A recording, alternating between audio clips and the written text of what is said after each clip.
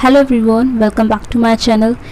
In today's lecture video, I will continue the respiration chapter from the book Fundamental of Agriculture Arun Katan, Volume 2.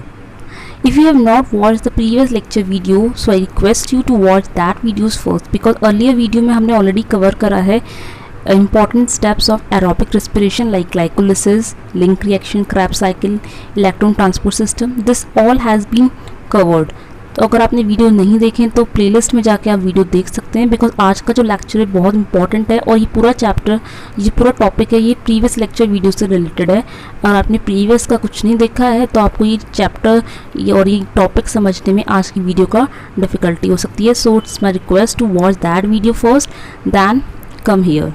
सो आज का topic start करते हैं। तो start करने से पहले अगर आप चैनल पर नए हैं चैनल को सब्सक्राइब करें और बेल आइकन प्रेस करें। Now we have to start from this point, efficiency of respiration। तो पहले हमने respiration जो था हमने देखा था कि respiration में कैसे ग्लूकोज एंटर होता है हमारी बॉडी में और किस तरह से उसका ब्रेक डाउन होता है, किस तरह से वो प्रॉपर ऑक्सीडाइज्ड हो जाता है to give energy in the form of ATP। तो यहाँ पे हम आज respiration की efficiency समझते हैं कि respiration में efficiency को कैसे कैलकुलेट करा जाता है। तो जनरली हम respiration जब करते हैं तो हम बहुत सारे जनरली मोस्ट कॉमनली जो यूज़ होता है रेस्पिरेटरी सबस्ट्रेट वो हमारा ग्लूकोज होता है। अपार्ट फ्रॉम ग्लूकोज दूसरे कंपाउंड्स भी यूज़ हो सकते हैं like protein and fats, but glucose हमारा मोस्ट कॉमन रेस्पिरेटरी सबस्ट्रेट होता है। तो जब ग्लूकोज का इस्तेमाल होता है तो क्या प्रोड्यूस होता है, ATP प्रोड्यूस होते हैं। वी ऑलरेडी कवर हमारी जो रेस्पिरेशन का प्रोसेस होता है उसमें ATP का प्रोडक्शन होता है। कैसे होता है हमने पहले ही पढ़ा है। सबसे पहला स्टेप होता है हमारा ग्लाइकोलिसिस का। ग्लाइकोलिसिस का जो स्टेप है ये एरोबिक और एनारोबिक दोनों में ही कॉमन है। तो ग्लाइकोलिसिस में जो ATP का प्रोडक्शन होता है वो 2 ATP होते हैं, 2 ATP प्रोड्यूस होते हैं ग्लाइकोलिसिस से। सेकंड स्टेप लिंक रिएक्शन में कोई ATP का प्रोडक्शन नहीं होता। फिर आती है हमारी क्रेब्स साइकिल या जिसको TCA साइकिल बोलते हैं। वहाँ से कितने ATP प्रोड्यूस होते हैं, वहाँ से भी अगेन 2 ATP का प्रोडक्शन होता है। ग्लाइकोलिसिस और क्रेब्स साइकिल से 2 ATP प्रोड्यूस होते हैं। उसके बाद आता है इलेक्ट्रॉन ट्रांसपोर्ट सिस्टम ETS, जहाँ से 34 सबसे ज़्यादा ATP का प्रोडक्शन होता है ETS में, और टोटल हमारे हो गए 38 ATP। अगर हम 38 ATPs को कन्वर्ट कर दें एनर्जी की फॉर्म में यानी किलो कैल में कन्वर्ट करें तो कितने किलो कैल्स बनते हैं, यानी 38 ATPs जो होते हैं वो हमारे बराबर होते हैं 686 किलो कैल के। ओके, ये यहीं पे दे रखा है। जब ग्लूकोज यूज़ होता है एज अ रेस्पिरेटरी सबस्ट्रेट तो हमारी 686 किलो कैल एनर्जी बनती है, या फिर कह सकते हैं कि 38 ATP मॉलिक्यूल का प्रोडक्शन होता है। तो इसी जानकारी से हम क्या करते हैं, इफ़िशेंसी कैलकुलेट कर सकते हैं, यानी रेस्पिरेशन की इफ़िशेंसी कितनी होती है इसको कैसे कैलकुलेट करेंगे। सिंपल। अब आपको यहाँ पे एक चीज़ और याद रखनी है कि एक ATP में कितने, अगर हम एक ATP को हाइड्रोलाइज करेंगे तो कितने मॉलिक्यूल्स जो हैं, कितनी एनर्जी जो है जनरेट होती है। फॉर एग्ज़ाम्पल हमारे नॉर्मल रेस्पिरेशन होता है उसमें 38 ATP प्रोडक्शन होता है जो कि बराबर होता है कितने किलो कैल के, 686 किलो कैल के। तो अगर हम बात करें 1 ATP के, अगर एक ATP की बात करें, एक ATP हाइड्रोलाइज होकर कितनी किलो कैल एनर्जी प्रोड्यूस करेगा, दैट इज़ 7.6। ये आपको याद रखना, 7.6 किलो कैल ऑफ एनर्जी। एक ATP से 7.6 किलो कैल एनर्जी का प्रोडक्शन होता है। तो इसी को हम यूज़ करेंगे इस फॉर्मूले को डेराइव करने में। तो यहाँ पे इफ़िशेंसी निकालने के लिए हम यूज़ करेंगे 38, बिकॉज टोटल ATP जो प्रोड्यूस हो रहे हैं रेस्पिरेशन के प्रोसेस में वो 38 होते हैं, मल्टीप्लाई बाय 7.6 वाई, क्योंकि एक ATP से कितने किलो कैल एनर्जी प्रोड्यूस हो रही है, 7.6। ये आपको याद रखना होगा, फैक्ट है। And divided by total energy कितनी थी, 686 kilo cal. After solving whole you will get 42%। तो अप्रॉक्सीमेटली जो इफ़िशेंसी होती है रेस्पिरेशन की दैट इज़ 40 to 50%, और ऑप्टिमम होती है इन case of glucose it is 42%। ये इंपॉर्टेंट है। इसका मतलब हमारी सिर्फ 40 से 50% ही एनर्जी जो है इफ़िशेंटली प्रोड्यूस हो रही है, इफ़िशेंसी है। इसका मतलब बाकी एनर्जी जो है वो बची जाती है, और रेस्ट ऑफ द एनर्जी कहाँ जाती है, इट इज़ लॉस्ट, वो लॉस्ट हो जाती है इन the form of heat energy में। ठीक है। अब जो रेस्पिरेशन हम करते हैं जनरली, जब भी हम रेस्पिरेशन करते हैं उस टाइम पे क्या होता है, टेम्परेचर बहुत ज़्यादा हाई हो जाता है, टेम्परेचर थोड़ा सा स्लाइटली इंक्रीज हो जाता है ड्यू टू रिस्पिरेशन, क्योंकि रिस्पिरेशन कैसा प्रोसेस है, एक्सोथर्मिक प्रोसेस है। रिमेंबर दैट एक्सोथर्मिक का मतलब होता है कि हीट यहाँ से इवॉल्व होती है। If you can do experiment, आप एक एक्सपेरिमेंट कर सकते हो विद द जर्मिनेटिंग सीड्स, ठीक है। The temperature of the test tube of the containing germinating seeds, एक टेस्ट ट्यूब हमने लिया है, उस टेस्ट ट्यूब के अंदर हमने कुछ जर्मिनेटिंग सीड्स ऐड कर दी हैं। अब हम उस टेस्ट ट्यूब का टेम्परेचर रिकॉर्ड करना होगा। टेम्परेचर जो होगा इंक्रीज़ होगा, कब होगा, हर समय टेम्परेचर इंक्रीज़ नहीं होगा, टेम्परेचर तभी इंक्रीज़ होगा जब सीड्स में क्या होगा, जर्मिनेशन होता है। क्योंकि जर्मिनेटिंग सीड्स क्या करते हैं, रिस्पायर करते हैं। रिस्पिरेशन करने से क्या होता है, कार्बन डाइऑक्साइड गैस का प्रोडक्शन होगा और ये गैस थोड़ी वार्म होती है, जिसकी वजह से टेम्परेचर हाई हो जाता है। तो सिंपल एक्टिविटी थी ये दिखाने के लिए कि रिस्पिरेशन से टेम्परेचर इंक्रीज़ होता है। अब यहाँ पे एक क्वेश्चन दिया है, very important question, that is during aerobic respiration of glucose a plant cell release 42 molecules of carbon dioxide. So to solve this question we have to first understand about the normal reaction of respiration। तो यहाँ पे ये normal reaction given है कि normal क्या होता है respiration में, C6H12O6 that is glucose। Glucose का respiration में ऑक्सीडेशन होता है, तो यहाँ पे 6 ऑक्सीजन और 6 H2O वाटर मॉलिक्यूल ऐड होते हैं to give what, to give 6 molecules of carbon dioxide, 12 molecules of water and 38 molecules of ATP। तो ये जनरल रिएक्शन होती है रिस्पिरेशन की। अब इस जनरल रिएक्शन में हम देख सकते हैं कि जो नॉर्मली क्या होता है कि 6 मॉलिक्यूल्स ऑफ CO2 का प्रोडक्शन होता है फ्रॉम 1 ग्लूकोज, ठीक है। एक ग्लूकोज से 6 molecules of carbon dioxide produce हो रहे हैं, यानी अगर हम बात करें 6 मॉलिक्यूल ऑफ कार्बन डाइऑक्साइड जो हैं वो कितनी ATP प्रोड्यूस कर रहे हैं, तो हमें ये चीज़ ध्यान रखना है और ये चीज़ ध्यान रखनी है। तो 6 मॉलिक्यूल्स ऑफ ATP मिलके प्रोड्यूस करते हैं 38 ATP का प्रोडक्शन कर रहे हैं। तो अगर हम बात करें 1 मॉलिक्यूल्स की, जैसे 6 मॉलिक्यूल 38 ATP भी निकाल रहे हैं, तो 1 मॉलिक्यूल ऑफ CO2 कितने ATP प्रोड्यूस करेगा, इसको हम सिंपल डिवाइड करेंगे 38 डिवाइडेड बाय 6, तो एक मॉलिक्यूल से 38 डिवाइड बाय 6 ATP का प्रोडक्शन होगा। ओके, अब क्वेश्चन में हमको पूछा है 42 के लिए। अब क्वेश्चन में चाहे 42 को पूछा हो या कोई और डिजिट पूछी हो, हम इसी तरह सॉल्व कर सकते हैं। एक मॉलिक्यूल को हम निकालेंगे और एक मॉलिक्यूल की मल्टीप्लाई कर देंगे जितना हमसे पूछा गया। 42 मॉलिक्यूल्स के लिए पूछा गया, तो 42 मॉलिक्यूल्स ऑफ CO2 कितने ATP प्रोड्यूस कर सकते हैं, इसको हम मल्टीप्लाई करेंगे सिंपल 42 से और सॉल्व करके हमको इसका आंसर मिल जाएगा, दैट इज़ 266 ATP। ये कैलकुलेशन हम दूसरे नंबर के लिए भी कर सकते हैं। फॉर एग्जांपल यहाँ पे क्वेश्चन 42 के लिए पूछा था, अगर हमसे कुछ और पूछा जाता है लाइक 30 मॉलिक्यूल्स हैं, तो यहाँ पे हम 30 मॉलिक्यूल्स के लिए क्या कर सकते हैं, एक के लिए हमने कैसे निकाला था, एक कार्बन डाइऑक्साइड जो प्रोड्यूस करती है ATP दैट इज़ 38/6, और अगर हमसे पूछा जाए 30 मॉलिक्यूल्स का, तो 30 के लिए हम 30 से इंटू कर देंगे, दैट इज़ बी आंसर। तो ये हम किसी के लिए भी कैलकुलेट कर सकते हैं, बट कंडीशन ये है कि अगर हमको एक मॉलिक्यूल का पता है तो हम मल्टीप्लाई करके दूसरे मॉलिक्यूल्स, ये जितने भी अनगिनत मॉलिक्यूल्स हैं उनके लिए कैलकुलेट कर सकते हैं। तो सिंपल है ये हमको इफ़िशियंसी पता चल गई कि रेस्पिरेशन की इफ़िशियंसी कितनी होती है, दैट इज़ अराउंड 40%, और we can say simply 40 to 50%।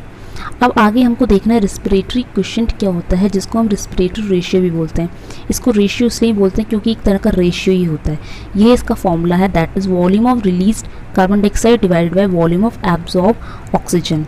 Respiration के दौरान क्या होता है, रेस्पिरेशन के दौरान हम ऑक्सीजन को एब्जॉर्ब करते हैं और जो कार्बन डाइऑक्साइड उसको हम रिलीज़ आउट कर देते हैं बाहर, ठीक है। तो कितनी हमने कार्बन डाइऑक्साइड को रिलीज़ करा है, डिवाइड कर दो कितना हमने ऑक्सीजन को एब्जॉर्ब करा है। तो इस तरह से हम रेस्पिरेटरी क्वोशिएंट RQ या रेस्पिरेटरी रेशियो कैलकुलेट कर सकते हैं। अब जो रेस्पिरेटरी क्वोशिएंट की जो वैल्यूज़ होती हैं ये डिफरेंट होती है। ये 1 भी हो सकता है, 1 से कम भी हो सकता है, और 1 से ज़्यादा भी हो सकता है, 0 भी हो सकता है, और या फिर इन्फिनिटी। इसकी अलग अलग वैल्यूज़ आती हैं। ओके, इसको कैसे कैलकुलेट करना है, इसका फॉर्मूला क्लियर है, इसको यही फॉर्मूला यूज़ करना है। अगर इसकी वैल्यू 1 है, 1 कब होगी, जब दोनों क्वांटिटीज़ हमारी बराबर है। For example volume of oxygen absorb हमारा 2 है और वॉल्यूम ऑफ CO2 रिलीज़ भी हमारा 2 है, तो ये दोनों सॉल्व करने के बाद हम वैल्यू आ जाएगी 1। फॉर एग्जाम्पल, तो ये अगर रिस्पायरेटरी क्वेश्चन 1 होता है, इसका मतलब दोनों ही क्वांटिटीज़ क्या होंगी, बराबर होंगी। और ये जनरली किस केस में होता है, ये जनरली यूज़ होता है हमारा कार्बोहाइड्रेट के केस में। और एग्जांपल यहाँ पे जितनी भी हेक्सोस शुगर होती हैं, जैसे कार्बोहाइड्रेट हमारा हेक्सोस शुगर है, हेक्सोस क्यों, बिकॉज C6H12O6 इसका फॉर्मूला है, तो 6 जो है कार्बन है, तो 6 कार्बन की वजह से इसको हेक्सोस नाम है। तो रिस्पायरेटरी क्वेश्चन अगर 1 है तो उसका मतलब वो जो हमारा सबस्ट्रेट है वो क्या है, कार्बोहाइड्रेट है। इसी तरह इसकी वैल्यूज़ 1 के अलावा और भी हो सकती हैं, जैसे फॉर एग्जांपल अगर इसकी रिस्पायरेटरी क्वेश्चन की वैल्यू 1 से कम है। 1 से कम होने का मतलब क्या है कि हमारा जो फूड है वो कैसा था, 1 से कम कब होगी, जब volume of CO2 absorb divide by volume of oxygen absorb में 1 से कम कब आएगा। 1 से कम ये वैल्यू तब आएगी जब ये वैल्यू नीचे वाली ज़्यादा है और ऊपर वाली वैल्यू कम है। तो अगर आप 2 को 1 से डिवाइड करो तो इट इज़ लेस देन 1, ठीक है। 1 से कम आएगा 0.5 होगा, 0.5 आंसर होगा, तो 0.5 क्या है, 1 से कम है। तो अगर ये वैल्यू 1 से कम आ रही है, लेस देन यूनिटी, इसका मतलब हमारा जो सबस्ट्रेट है या फूड है वो कैसा है, हाईली रिड्यूस है। रिमेंबर, 1 से कम का मतलब हाईली रिड्यूस होता है। और इसमें हमारे क्या आते हैं, जनरली फैट और प्रोटीन्स आते हैं। हाईली रिड्यूस में 2 चीज़ें आती हैं, या तो हमारा कंपाउंड जो फूड मटेरियल है हाईली रिड्यूस में फैट होगा या प्रोटीन होगा। फैट अगर होता है तो ये वैल्यू हमारी आएगी 0.7, और प्रोटीन के केस में ये वैल्यू डिपेंड करती है कि प्रोटीन का जो फॉर्मेशन है वो किस से हो रहा है। जैसे फॉर एग्जांपल प्रोटीन अगर अमाइड से फॉर्मेशन हो रहा है, अमाइड के द्वारा, तो रिस्पायरेटरी क्वेश्चन 0.8 होगा। और अगर अमोनिया फॉर्मेशन हो रहा है तो रिस्पायरेटरी क्वेश्चन 0.99 होगा। तो रिस्पायरेटरी क्वेश्चन जो होता है फैट का और प्रोटीन का, ये लेस देन 1 होता है। रिमेंबर दिस, कितना होता है, लेस देन 1। तो यहीं से छोटे मोटे क्वेश्चन जो है ना MCQ फॉर्मेट में बन सकते हैं कि अगर रिस्पायरेटरी क्वेश्चन लेस देन 1 है तो किस किस का हो सकता है। और ऑप्शन में अगर फैट दिया है तो आपको फैट टिक करना है, अगर प्रोटीन दिया है तो आपको एक ऑप्शन प्रोटीन पे टिक करना है। लेकिन अगर वहाँ पे दिया है बोथ प्रोटीन और फैट, तो आपको दोनों ही ध्यान रखने की प्रोटीन और फैट दोनों ही रिस्पायरेटरी क्वेश्चन लेस देन 1 है। इनकी वैल्यू भी याद रखनी है, फैट का 0.7 और प्रोटीन का थोड़ा फैट से ज़्यादा है। अब अगर ये वैल्यू जो है 0 हो जाती है, रिस्पायरेटरी क्वेश्चन अगर 0 आ रहा है, 0 का मतलब कब आएगा कि अगर ऊपर वाली वैल्यू तो 0 है लेकिन नीचे वाली वैल्यू ज़्यादा है, ठीक है। अगर ऊपर वाली वैल्यू 0 होती है और नीचे कोई नंबर होता है, ये हमारा कोई नंबर है, तो जनरली इस केस में क्या होता है, अगर हम किसी नंबर को, ये हमारा नंबर है और उसको हम डिवाइड कर रहे हैं 0 से, तो जनरली एक चीज़ क्या है, वो भी हमारा आंसर भी 0 आएगा। तो ये हमारा 0 हो गया। तो सिंपल है, रिस्पायरेटरी क्वेश्चन अगर 0 है तो ये हमारी क्या कंडीशन है कि जो रिस्पायरेशन करने वाला सबस्ट्रेट है वो कैसा है, यहाँ पे ऑक्सीडेशन इनकम्प्लीट हुआ है। कैसा है ऑक्सीडेशन इनकम्प्लीट, क्योंकि ऑक्सीजन की ज़रूरत ही नहीं है, ठीक है। यहाँ पे कोई ऑक्सीजन यूज़ नहीं हो रही है, ठीक है। ऑक्सीडेशन कंप्लीट हुआ ही नहीं है। ऑक्सीडेशन अगर कंप्लीट नहीं है तो यानी ऑक्सीडेशन इनकम्प्लीट था। और ये किस केस में होता है, जनरली ये होता है सकुलेंट प्लांट्स में और रेड लीव वाले प्लांट जो होते हैं, जैसे ओपोन्शिया हो गया, जो ज़ीरोफाइट जो एकदम ड्राई कंडीशन में ग्रो होते हैं, उनमें ये कंडीशन देखी जाती है। तो याद रखना है कि सकुलेंट प्लांट और ज़ीरोफाइट्स में रिस्पायरेटरी क्वेश्चन की वैल्यू 0 होती है। रीज़न, क्योंकि वहाँ पे कंप्लीट ऑक्सीडेशन नहीं होता है, पार्शियल होता है या फिर इनकम्प्लीट ऑक्सीडेशन होता है। और यहाँ पे जनरली आपने रिएक्शन में भी देखा होगा कि मैलिक एसिड का प्रोडक्शन हो जाता है, ठीक है। तो अभी तक हमने क्या क्या पढ़ा है, रिस्पायरेटरी क्वेश्चन की वैल्यू क्या क्या देखी। अगर 1 है तो वो ग्लूकोज है, लेस देन 1 यानी हाईली रिड्यूस है तो फैट या प्रोटीन होगा, और इक्वल टू 0 है तो सकुलेंट प्लांट या फिर ज़ीरोफाइट्स में ओपोन्शिया हो सकता है। अब हमारे पास नेक्स्ट केस आ गया, अगर इसकी वैल्यू 1 से ज़्यादा है तब क्या होगा। अगर रिस्पायरेटरी क्वेश्चन 1 से ज़्यादा है, मोर देन यूनिटी, इसका मतलब क्या होगा। रिस्पायरेटरी क्वेश्चन में हमने देखा था CO2 रिलीज और ऑक्सीजन एब्जॉर्ब। अब ये 1 से ज़्यादा कब होगा, जब ये वैल्यू नीचे वाली वैल्यू कम होगी। फॉर एग्जांपल ये 2 है, ऊपर वाली वैल्यू ज़्यादा है, सब एग्जाम्पल 8 है। इसको सॉल्व करके जो वैल्यू आएगी 1 से ज़्यादा है, ये वैल्यू 1 से ज़्यादा है, तो इसका मतलब हमारा जो फूड है वो हाईली ऑक्सीडाइज्ड है, यानी कम ऑक्सीजन, कम मात्रा जो है ऑक्सीजन की वो अच्छे से ऑक्सीडाइज कर पाएगी, ठीक है। ऑक्सीजन यहाँ पे कम है और कार्बन डाइऑक्साइड ज़्यादा है, इसका मतलब ये चीज़ है कि थोड़ी सी ऑक्सीजन अगर मिल जाए तो पूरा का पूरा ऑक्सीडेशन अच्छे से हो जाएगा, यानी हमारा फूड हाईली ऑक्सीडाइज है। हाईली ऑक्सीडाइज की कैटेगरी में हमारे क्या क्या आते हैं, लाइक ऑक्सैलिक एसिड, ठीक है। ऑक्सैलिक एसिड का रेस्पिरेटरी क्वेश्चन कितना होता है, तो ऑक्सैलिक एसिड के जनरली केस में होता है 4, मैलिक एसिड आता है, मैलिक एसिड का 1.3 होता है, ठीक है।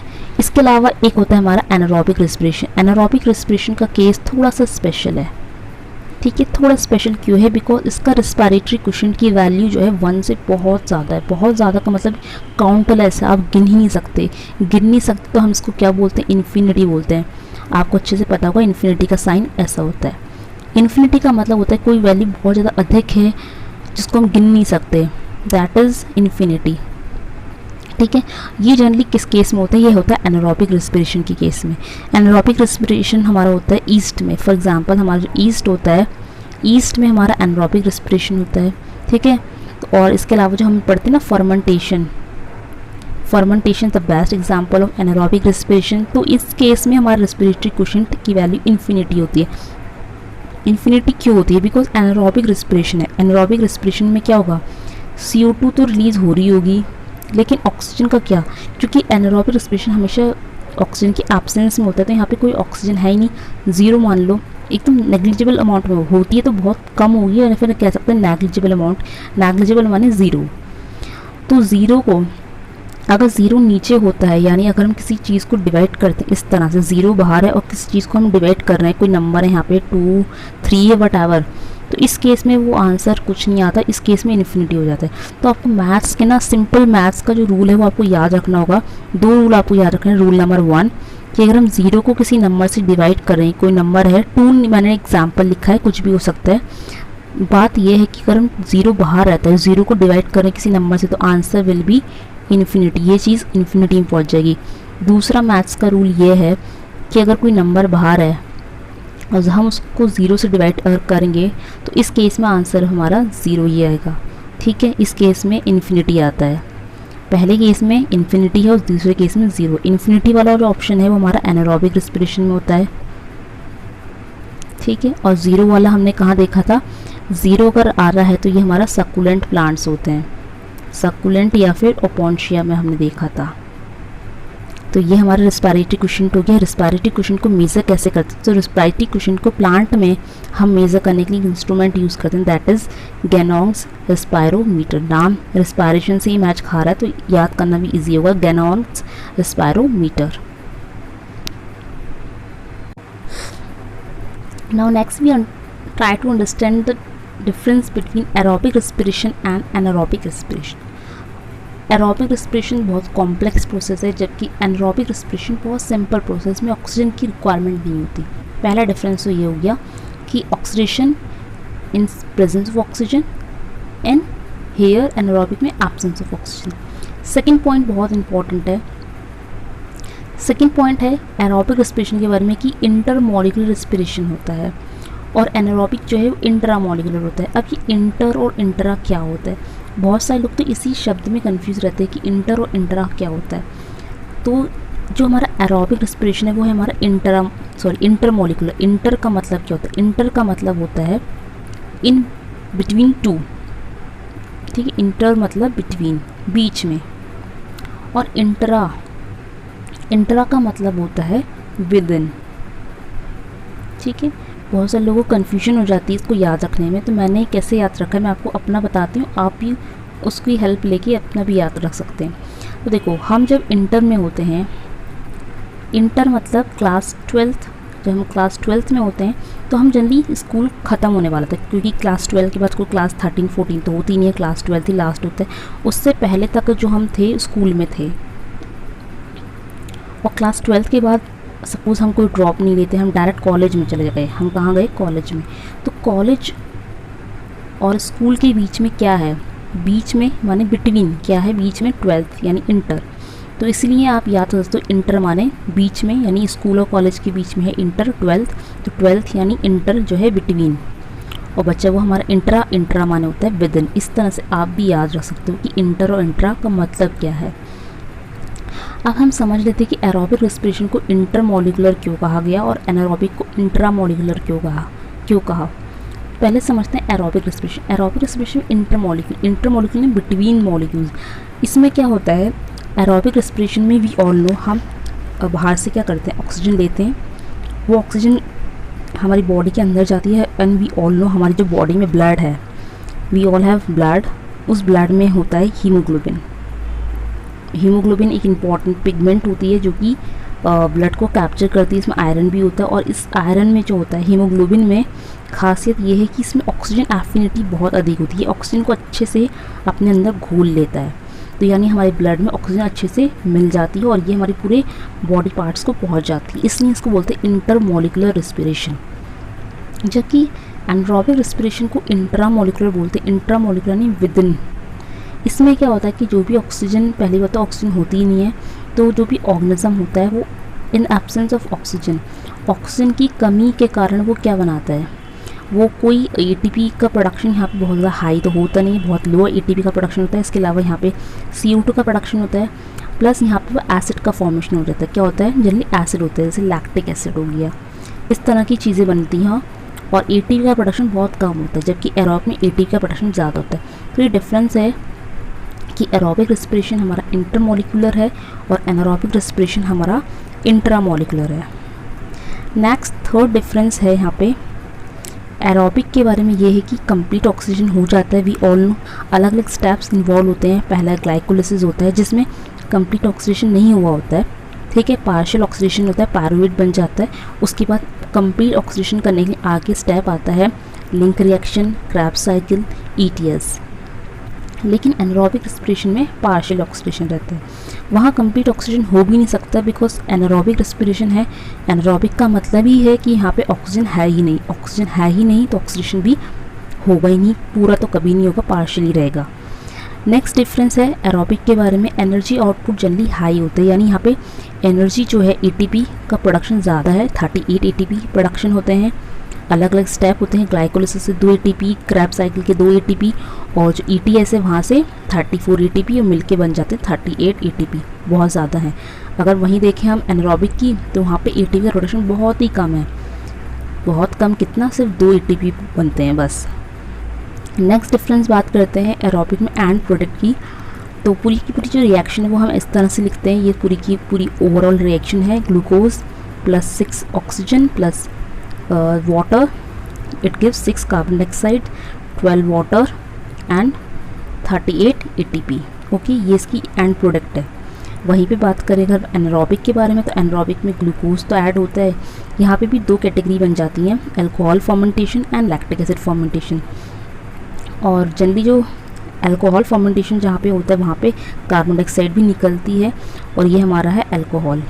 और अल्कोहल में ये हमारा स्पेशली C2 है, तो ये हमारा इथ होगा, इथेनॉल, ठीक है, या फिर इसको हम बोल सकते हैं सिंपल इथाइल अल्कोहल, ठीक है।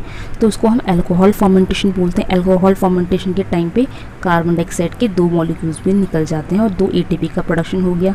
तो अभी हमने पढ़ा ना 2 ATP निकलते हैं, तो ये 2 ATP। उसके अलावा दूसरा फर्मेंटेशन होता है लैक्टिक एसिड फर्मेंटेशन, जहाँ पे कोई CO2 नहीं बनती। लैक्टिक एसिड फर्मेंटेशन में ये बनता है लैक्टिक एसिड और साथ में अगेन यहाँ पे भी 2 ATP का प्रोडक्शन है। तो याद रखना है एनारोबिक में सिर्फ 2 ATP का प्रोडक्शन हो रहा है और 2 तरह की रिएक्शन होती हैं, इथेनॉल अल्कोहल फर्मेंटेशन या फिर lactic acid fermentation. Next difference जो है एरोबिक रेस्पिरेशन में टोटल 6 ऑक्सीडेशन स्टेप्स होते हैं, जबकि एनारोबिक में एक ही ऑक्सीडेशन स्टेप रहता है। तभी हमने कहा कि ये पार्शियल है, पार्शियल ऑक्सीडेशन, और यहाँ 6 ऑक्सीडेशन स्टेप जो होते हैं वो कंप्लीट ऑक्सीडेशन के लिए होते हैं। नेक्स्ट डिफरेंस जो है यहाँ पे एरोबिक में क्या है कि डिपेंड ऑन माइटोकॉन्ड्रिया। माइटोकॉन्ड्रिया में तो डिपेंड होगा ही, बिकॉज इस स्टेप में क्या होता है एनर्जी का प्रोडक्शन होता है। और हमने देखा था कि ग्लाइकोलिसिस का जो स्टेप था वो तो साइटोप्लाज्म में होता है, लेकिन ग्लाइकोलिसिस के बाद के जो स्टेप होते हैं एरोबिक रेस्पिरेशन के वो सारे के सारे माइटोकॉन्ड्रिया के अंदर हुए थे। लिंक रिएक्शन हमारा माइटोकॉन्ड्रिया में हो रहा था, क्रैब साइकिल माइटोकॉन्ड्रिया में था, ETS माइटोकॉन्ड्रिया में। तो ये माइटोकॉन्ड्रिया में डिपेंड है ये प्रोसेस। एनारोबिक रेस्पिरेशन में कोई प्रोसेस माइटोकॉन्ड्रिया पर डिपेंड नहीं होता, ये माइटोकॉन्ड्रिया से इंडिपेंडेंट होता है। नेक्स्ट डिफरेंस है एरोबिक का, ये है कि हाइड्रोजन एक्सेप्टर को यहाँ पे कौन होते हैं। हम जब ETS पढ़ रहे थे इलेक्ट्रॉन ट्रांसपोर्ट सिस्टम, तो वहाँ पे हम देख रहे थे हाइड्रोजन को एक्सेप्ट करने का काम NAD करता है और FAD करता है। NAD तो बहुत सारी स्टेप्स में प्रोड्यूस होती है, लाइक ग्लाइकोलिसिस में भी NAD बनता है, लिंक रिएक्शन में बनता है, क्रैब साइकिल हो गई, ठीक है। फिर ये सब ETS में चले जाते हैं। लेकिन FAD जो है सिर्फ एक ही रिएक्शन होती है क्रैब्स साइकिल की, वहाँ से FAD बनता है और FAD as a hydrogen acceptor होता है। लेकिन अब बात करें एनारोबिक के केस में, तो एनारोबिक में सिर्फ एक ही होता है NAD, यहाँ पे कोई FAD नहीं होता, no FAD is there in case of anaerobic.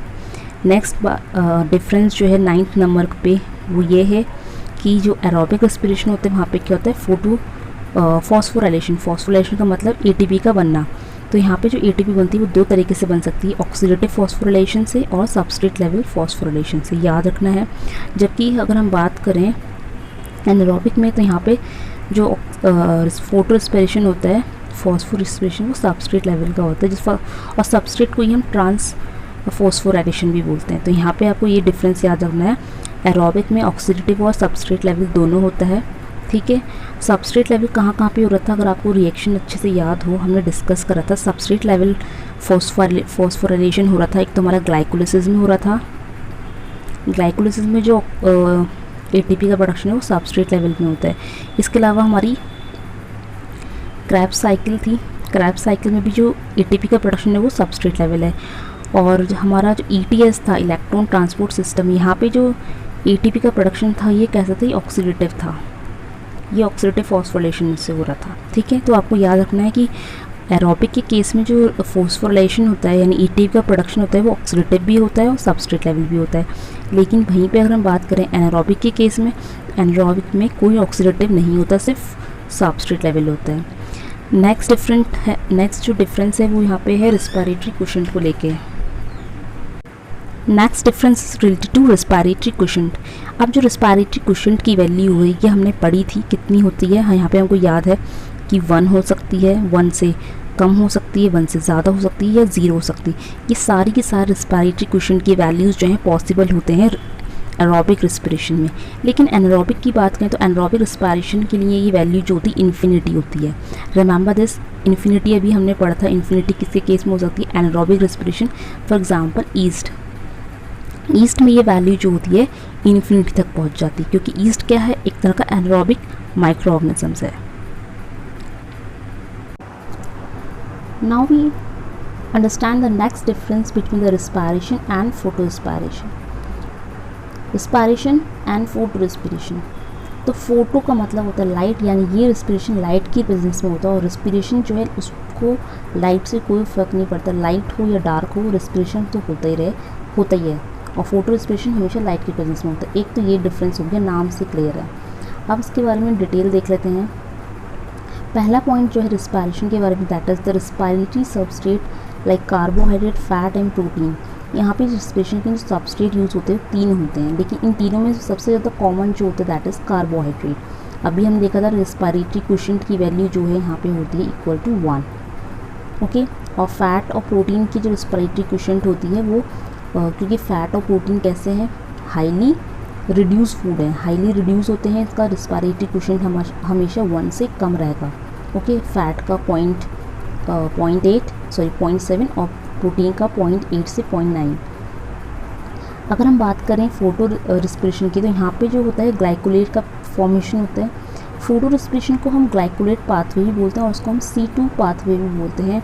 C2 pathway इसलिए क्योंकि पाथवे में जो पहला कंपाउंड बनता है वो 2 कार्बन का होता है। ग्लाइकोलेट हमारा 2 कार्बन कंपाउंड है, ठीक है, याद रखना। ये हमारा बनता है फोटो रेस्पिरेशन में। नेक्स्ट पॉइंट नंबर 2 जो होता है डिफरेंस में, वो ये है कि रेस्पिरेशन में क्या होता है, सबस्ट्रेट में भी रिसेंटली फॉर्म और स्टोर्ड वन। यहाँ पे जो सबस्ट्रेट यूज़ कर रहे हैं, ये हमारे तीनों सबस्ट्रेट ये हैं, ये रिसेंटली फॉर्म भी हो सकते हैं या फिर स्टोर्ड भी हो सकते हैं, स्टोर्ड वन भी हो सकते हैं। लेकिन फोटो रेस्पिरेशन में ऐसा नहीं होता। फोटो रेस्पिरेशन में ज़रूरत होती है फ्रेश की। हमेशा जो न्यूली फॉर्म, जो एकदम फ्रेश मटेरियल होता है सबस्ट्रेट पे, वो हम यूज़ कर सकते हैं। हमने प्लांट यूज़ कर सकता है, ठीक है। थर्ड डिफरेंस है process of respiration occur in cytoplasm plus mitochondria. ये तो बहुत ही इंपॉर्टेंट है, हमने अच्छे से स्टेप्स भी देख लिए कि रेस्पिरेशन दो स्टेप में या 2 लोकेशन में परफॉर्म होता है, साइटोप्लाज्म में और माइटोकॉन्ड्रिया में। कौन कौन सी एक्टिविटी कहाँ पे होती है, फॉर एग्जांपल हमने पढ़ा है ग्लाइकोलिसिस के बारे में। तो ग्लाइकोलिसिस का जो प्रोसेस होता है ये तो हमारा पूरा साइटोप्लाज्म के अंदर होता है। लेकिन ग्लाइकोलिसिस के बाद की जितने भी स्टेप हैं लाइक लिंक रिएक्शन माइटोकॉन्ड्रिया में होती है, दैन क्रेब्स साइकिल, ETS, ये सब माइटोकॉन्ड्रिया में हो रहा है। तो कह सकते हैं मिला के कि रेस्पिरेशन साइटोप्लाज्म माइटोकॉन्ड्रिया दोनों में निर्भर होता है। क्या फोटो रेस्पिरेशन में ऐसा होता है? फोटो रेस्पिरेशन में 3 चीज़ें होती हैं। 3 चीज़ों को मैंने याद करने का आपको शॉर्टकट ट्रिक बताई थी। PM होता है, इट्स AM, PM होता है, तो यहाँ PM याद रखो, PM के आगे C लगा दो, CPM। अब C से यहाँ पे क्या याद रखना है? C फॉर साइटोप्लाज्म मत कर देना, C फॉर क्लोरोप्लास्ट होता है। C stands for chloroplast, P means peroxisomes and M for mitochondria. यानी यहाँ पे तो कोई साइटोप्लाज्म है ही नहीं, देयर इज़ नो साइटोप्लाज्म। यहाँ पे साइटोप्लाज्म की जगह पे क्लोरोप्लास्ट होता है और पेरोक्सोसोम होता है, और माइटोकॉन्ड्रिया तो दोनों में ही है। ठीक है, ये याद रखना है, ये इंपॉर्टेंट डिफरेंस है। इसके बाद का जो 4th नंबर है that is the production of hydrogen peroxide. क्या हाइड्रोजन पेरोक्साइड रेस्पिरेशन में बनती है? नो, यहाँ पे कोई हाइड्रोजन पेरोक्साइड नहीं होती। Hydrogen peroxide H2O2। लेकिन वहीं अगर बात करें फोटो रेस्पिरेशन में, आपने 3 स्टेप्स में आप कवर करनी है ये पूरा पाथवे, क्लोरोप्लास्ट, पेरोक्सोसोम और माइटोकॉन्ड्रिया। तो आपने देखा होगा यहाँ पे H2O2 का प्रोडक्शन होता है। तो ये हमारा फोटो रेस्पिरेशन में H2O2 हाइड्रोजन पेरोक्साइड बनती है, लेकिन रेस्पिरेशन में कोई हाइड्रोजन पेरोक्साइड नहीं होती है। नेक्स्ट डिफरेंस की बात करें, नंबर 5th, ये हमारा है रिस्पायरेशन। तो रिस्पिरेशन में नंबर 5th है सेवरल ATP आर प्रोड्यूस। यहाँ पे बहुत सारे ATP प्रोड्यूस होते हैं, दैट इज़ ट्रू। जबकि बात करें फोटो रेस्पिरेशन की, तो यहाँ पे कोई ATP प्रोड्यूस नहीं होती है। फोटो रेस्पिरेशन एक प्रोसेस होता है, जनरली प्लांट में ही होता है, C3 प्लांट में होता है most probably.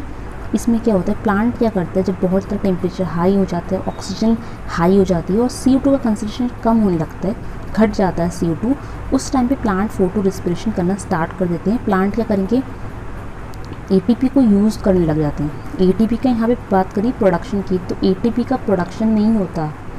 ATP is not produce in this photo respiration step, बल्कि यहाँ पे ATP का यूज़ हो जाती है, ATP खर्च हो जाती है। There is spending of 1 ATP, not 1 ATP means यहाँ पे ATP का यूज़ अप हो जाती है, कंज्यूम हो जाती है, कोई ATP प्रोड्यूस नहीं हो रही है।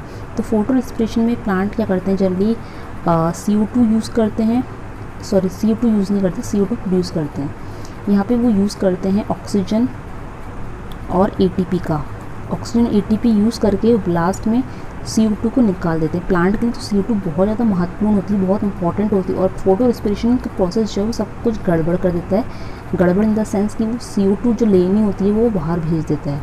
तो ये फोटो रेस्पिरेशन होता है, कोई ATP का यूज़ नहीं होता है यहाँ पे। नेक्स्ट जो डिफरेंस होता है between respiration and photo respiration is that कि फोटो रेस्पिरेशन जो होता है वो हमेशा लाइट में होगा। रिस्पिरेशन मैंने आपको पता नाम से क्लियर, रिस्पिरेशन लाइट हो या डार्क हो उसको फ़र्क नहीं पड़ेगा, दोनों कंडीशन में बराबर रहेगा। जैसे आप और हम हैं, हम रिस्पिरेशन कर पा रहे हैं चाहे लाइट हो या डार्क हो, लेकिन प्लांट के केस में फोटो रिस्पिरेशन लाइट में ही होता है। Next difference, respiration occurs in all living cells, सब में होता है, जबकि फोटो रेस्पिरेशन हमेशा क्लोरोफिलस सेल में होगा, नहीं प्लांट में होता है। Next difference, not sensitive to raising temperature, photo respiration को सेंसिटिव नहीं है, लेकिन फोटो रेस्पिरेशन सेंसिटिव है। अगर टेम्परेचर हाई होता है तभी फोटो रेस्पिरेशन होगा। For example 25 to 35 degree Celsius temperature अगर बहुत ज़्यादा हाई हो जाता है, प्लस यहाँ पे ऑक्सीजन बहुत ज़्यादा हाई हो जाएगी और कार्बन डाइऑक्साइड घट जाएगी, तो ये प्रोसेस हो सकता है। नेक्स्ट डिफरेंस है यहाँ पे ट्रांस अमीनेशन। क्या ट्रांस अमीनेशन रेस्पिरेशन में होता है? नो ट्रांस अमीनेशन अकर्स हियर, जबकि हमारा जो फोटो रेस्पिरेशन है वहाँ पे ट्रांस अमीनेशन प्रोसेस होता है। अब ये ट्रांस अमीनेशन होता क्या है, नाम से क्लियर है, ट्रांस अमीनेशन यानी अमीनो ग्रुप का ट्रांसफ़र होना।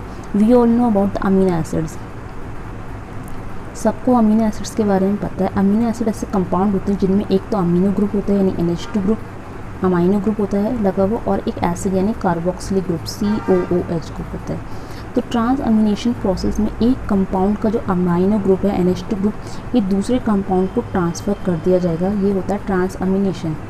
तो रेस्पिरेशन में ऐसा कुछ हमने देखा था, ऐसा कुछ कि अमीनो एसिड का ग्रुप ट्रांसफ़र हो रहा हो, ऐसा कुछ हमने नहीं देखा। तो यहाँ पे कोई ट्रांस अमीनेशन नहीं होता रेस्पिरेशन में।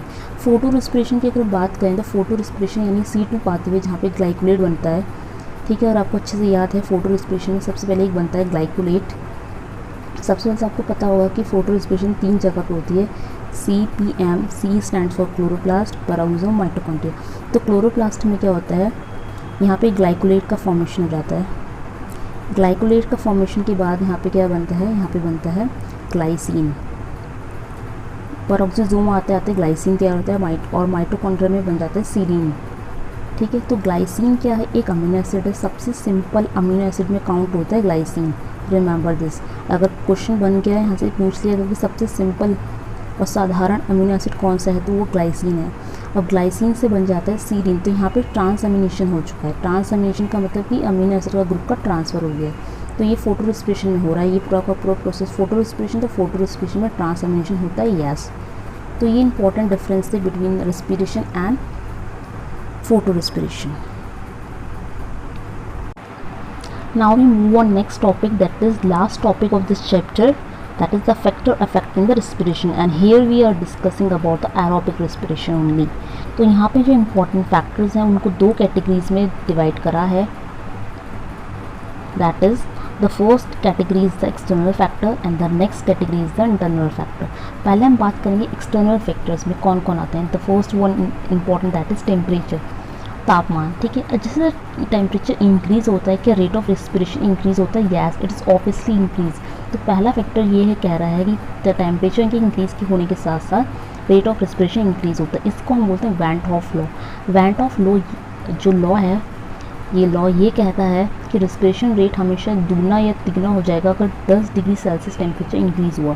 फॉर एग्ज़ाम्पल, अगर हमने 10 डिग्री सेल्सियस टेम्परेचर रखा था और बढ़ा के उस कर दिया, अगेन उसमें 10 डिग्री इंक्रीज़ करा, 10 डिग्री यानी अब 20 डिग्री सेल्सियस कर दिया, तो रेट ऑफ जो रिस्पिरेशन है वो डबल हो जाएगा या फिर ट्रिपल हो जाएगा। ठीक है, और जनरली जो हमारा रिस्पिरेशन होता है वो किस टेम्परेचर के रेंज में होना चाहिए।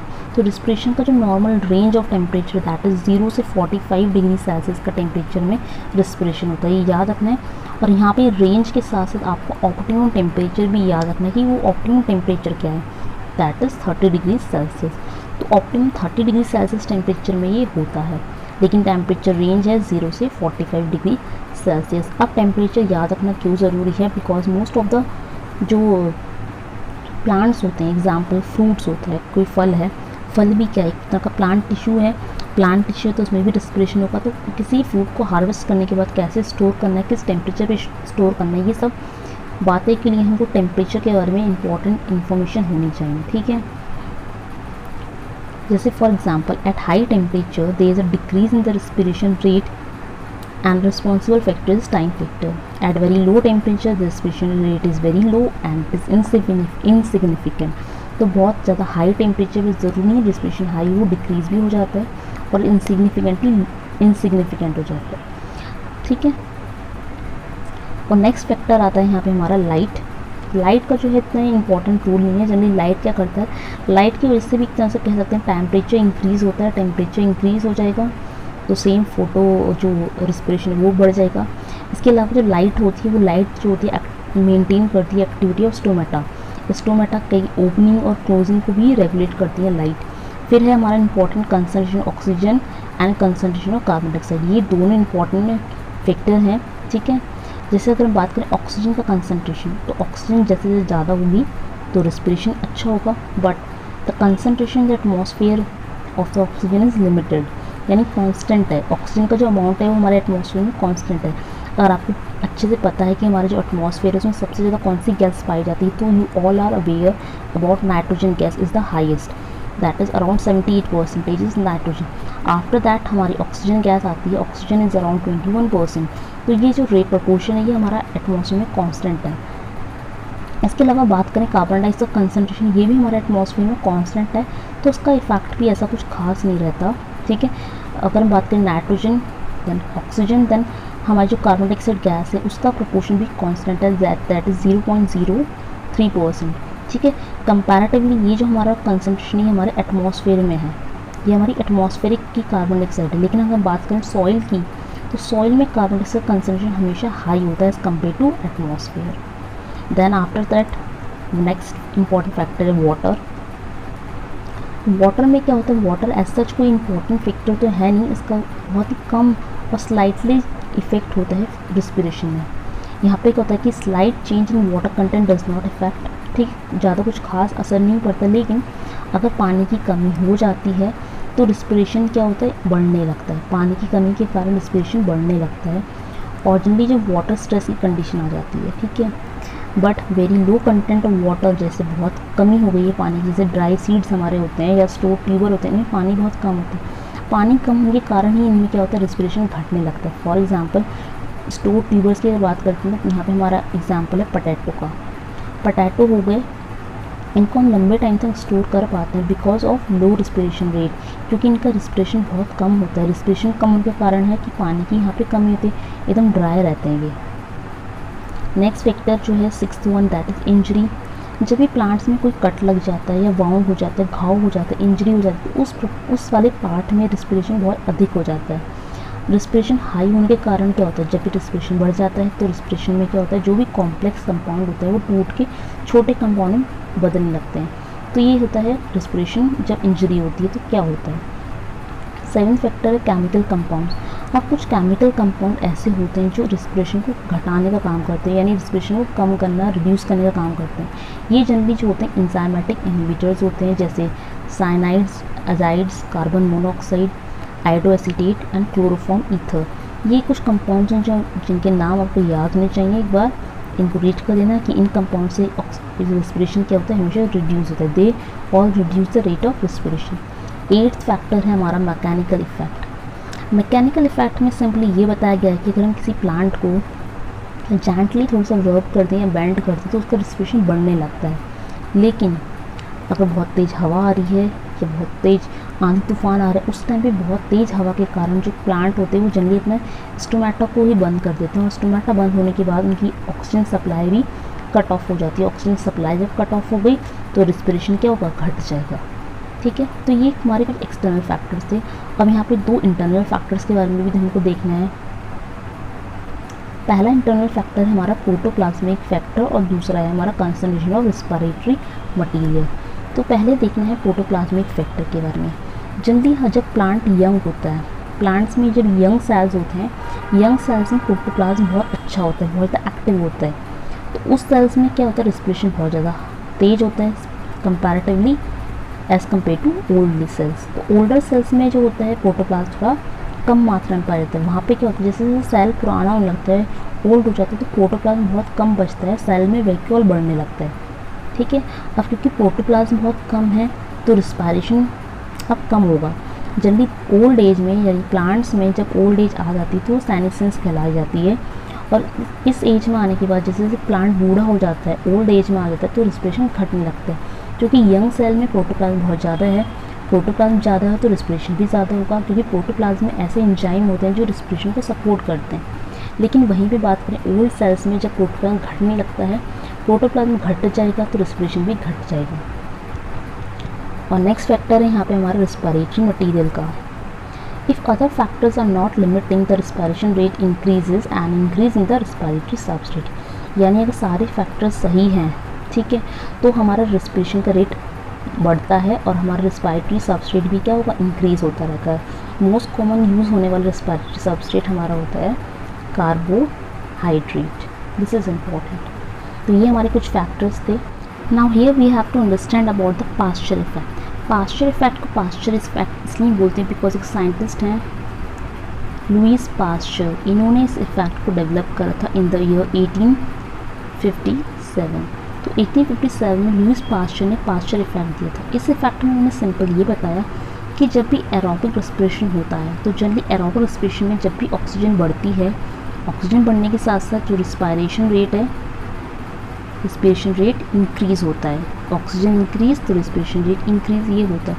लेकिन पास्चर इफेक्ट जो था वो ये बता रहा था, पास्चर इफेक्ट में सिंपली ये बात बोली गई थी कि ज़रूरी नहीं है कि ऑक्सीजन बढ़ने से रिस्पिरेशन रेट इंक्रीज़ हो। कभी कभार क्या होता है कि रिस्पिरेशन रेट घट भी जाता है। तो ये यहाँ पे इंपॉर्टेंट बात इन्होंने बोली थी कि रिस्पिरेशन रेट यहाँ पे डिक्रीज़ हो जाएगा। अब रिस्पिरेशन रेट डिक्रीज़ हो जाता है तो क्या होगा, बहुत ज़्यादा कॉम्प्लेक्स सब्सटेंसेस जो होंगे, कॉम्प्लेक्स चीज़ें, वो सिंपल चीज़ों में कन्वर्ट नहीं हो पाएंगी, यानी कॉम्प्लेक्स का कॉम्प्लेक्स ही रहेगा। फॉर एग्जांपल अगर कोई हेक्सोज शुगर है तो वो वैसे ही बनी रहेगी, वो टूट के सिंपल कंपाउंड्स में नहीं कन्वर्ट हो पाएगी। तो ये इफेक्ट को बोला गया है Pasteur effect. Remember this, generally क्या होता है, ऑक्सीजन ज़्यादा होने से रिस्पिरेशन ज़्यादा ही होता है, लेकिन पास्चर इफेक्ट इन्होंने ऑब्जर्व करा था कि रिस्पिरेशन जनरली ऑक्सीजन ज़्यादा होने की वजह से रिस्पिरेशन घटने लगता है और कंप्लीट ऑक्सीजन ना होने के कारण कॉम्प्लेक्स कंपाउंड कॉम्प्लेक्स ही रह जाते हैं, वो सिंपल में कन्वर्ट नहीं हो पाते, यानी जो शुगर है वो शुगर में ही रहेगी, उसका ब्रेकडाउन नहीं हो पाएगा। और ये फैक्ट इन्होंने लुईस पास्चर ने सबसे पहले किस में ऑब्जर्व करा था, ये ऑब्जर्व करा था ईस्ट के अंदर। जब ये ईस्ट के ऊपर रिसर्च करे तब इन्होंने पास्चर इफेक्ट दिया था। Second, not second, last topic of the chapter is climatic rays. क्या होता है ये? जनरली फ्रूट्स आपको पता होंगे, दो तरह के फ्रूट्स होते हैं, क्लाइमेटिक और नॉन क्लाइमेटिक। अगर आपको नहीं पता तो हम इस बात को यहाँ पे पढ़ लेते हैं। क्लाइमेटिक रेज होता क्या है?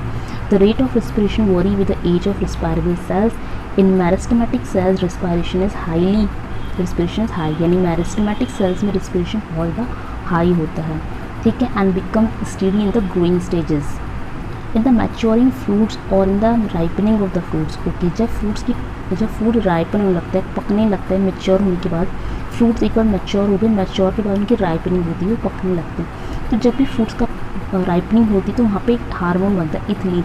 You already know about this hormone. ये गैसियस हार्मोन होता है, गैसियस हार्मोन। ये इकलौता गैसियस हार्मोन होता है किसमें? In plant. हम इंसानों में नहीं होता है, रिमेंबर दिस, प्लांट के अंदर होता है, हमारे अंदर नहीं होता। तो इथाइलिन एक गैसियस हार्मोन है, इकलौता गैसियस हार्मोन है जो प्लांट में पाया जाता है। और ये कब बनना शुरू होता है? जब भी कोई फ्रूट राइपनिंग में एंटर होता है। जैसे कोई फल था, वो पक गया, मैच्योर हो गया, अब वो राइपनिंग हो रही है उसकी, तो राइपनिंग होने के दौरान उसमें इथिलीन हार्मोन बनता है। और इथिलीन हार्मोन जैसे ही बन गया तो यार वो रिस्पिरेशन रेट बढ़ता ही बढ़ता है। इथिलीन हार्मोन से हमेशा रिस्पिरेशन का रेट इंक्रीज ही होगा। तो इस इफेक्ट को बोलते हैं क्लाइमेटिक रेज। जनरली कुछ फ्रूट्स होते हैं हमारे, फॉर एग्जांपल एप्पल, ये हमारा क्लाइमेटिक फ्रूट है।